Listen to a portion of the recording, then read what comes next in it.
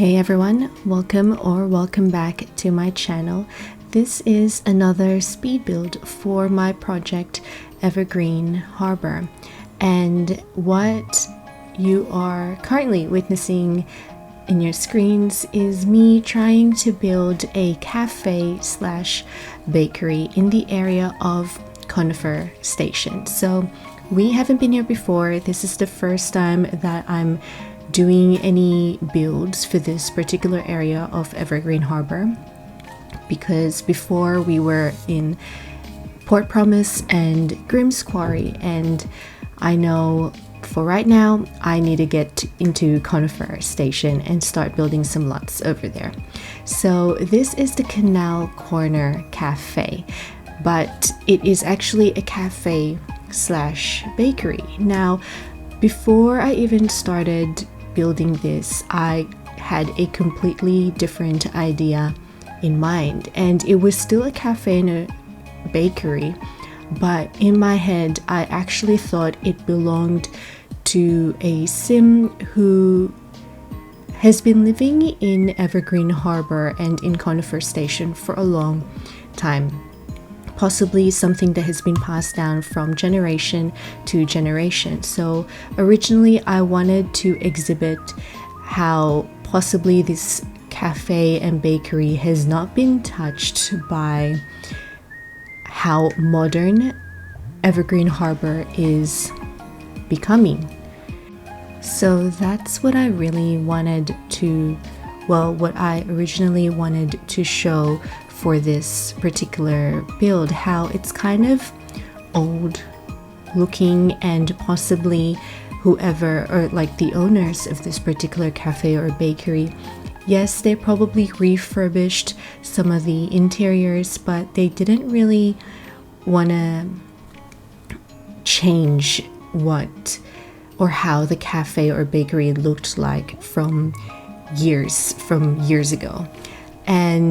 But obviously my idea has changed. So what you're currently seeing me at the moment is basically, you would have seen that there's completely two different wallpapers. So I'm going to try and put in a screenshot of the photo that I saw on Pinterest that actually inspired me to do this particular idea. So what I wanted to do was, okay, maybe this was maybe like a fish and chip shop, or maybe even still like a bus station back in the day, especially because it's so close to the Conifer Station, the train station itself. And then I thought that, okay, maybe this particular lot, actually it's two separate shops, so that's why there was a wall like in the middle there, and then that's why I wanted to kind of show the difference between the two buildings, and obviously how it's really just separated by a wall. And then let's say on the right hand side that's your bus station, and maybe on the left hand side that was originally a fish and chips shop. And I wanted to differentiate between the two. And then obviously, as you can see now, I completely scrapped that idea again, and I just thought, no, I'm just gonna stick with one wallpaper. And then my idea then turned into how whoever possibly owns this particular shop, yes, originally it was two shops back in the day, but they've scrapped the wall in between the two buildings, so then now it's one big build, if that makes sense. And I know that, yeah, so when I was doing this, I actually thought it was going to take me a long time, since I'm a very slow builder, although the idea of making the cafe and bakery has been in my mind for weeks, and I just thought it would take me a longer time to actually finish this particular build that I'm doing. So what you're currently seeing me now is basically, so I'm in the interiors now, and I wanted a very centralized cafe station as well as for the bakery. And yes, I really did put in that the cupcake machine, I forget what it's called, and I wanted the whole thing to be centralized. And again, for some reason, in the very early stages of me building this, I was very keen on the idea of showing everyone how this is two separate shops. Like, I think I was toying with the idea of possibly putting a half wall in between the two, so not necessarily completely blocking it off, but of course just have a degree of separation. But I really didn't like that idea. I mean, I did try it, but I think it was too narrow, the passage between that particular cupcake stand. And yeah, and then I had the idea, like, obviously closing it off for the rest of the other people who don't work for this particular cafe. And then again, it was just too squishy. I found it really squishy, the actual centralized area for your baristas and your bakers. So I kind of pushed down the walls, so then now there's at least like a proper area for me to be able to put the cupcake machine without it actually squishing the area for your baristas and for your bakers. And then I was like, okay, well, I went for a very dark exterior, so why not make the interior slightly warmer and lighter? And I wanted exposed bricks, and the wallpaper that I used for the interior, I originally wanted to put that for the exterior. Again, when I was still toying with the idea of differentiating between the cafe and the bakery, but obviously that didn't work out.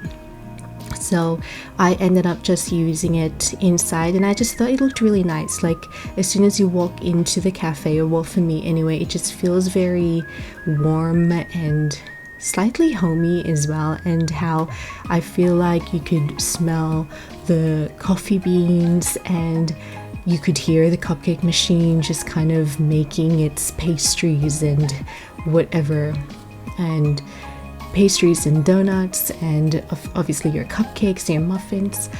And I just really like how that made me think of it when I was making the interiors for this particular build. And I thought, by using those tables and chairs, I was thinking, they probably got that from the community, from the actual community of Evergreen Harbour, and someone possibly either donated it or actually made it in their fabrication machine, or I'm using recycled material. So I just thought it's still paying homage to what Evergreen Harbour is, despite it looking very, very modern. And so yes, I was very happy with it. And I also, so originally I wanted like a row of tables just kind of actually looking out the canal area of Conifer Station, but again, it was just too narrow. So I just ended up doing 2 tables, which I think is still fine. So I just retained that idea. And there's also not a lot of plants as well. Yes, you've got those tabletop plants, and a few floor standing ones, but overall I think it's not too is crowded the right word? It's not too, yeah, I'll just say crowded, even though I feel like that's not the correct word to use. But yeah, so I just really liked how it all turned out. And I was also thinking, like, I wanted something to in the background for the cupcake machine, because it was just looking a bit too bare. And you're probably gonna see me later on just kind of changing the interiors for that particular back wall inside the cafe and bakery, and just to kind of make it stand out.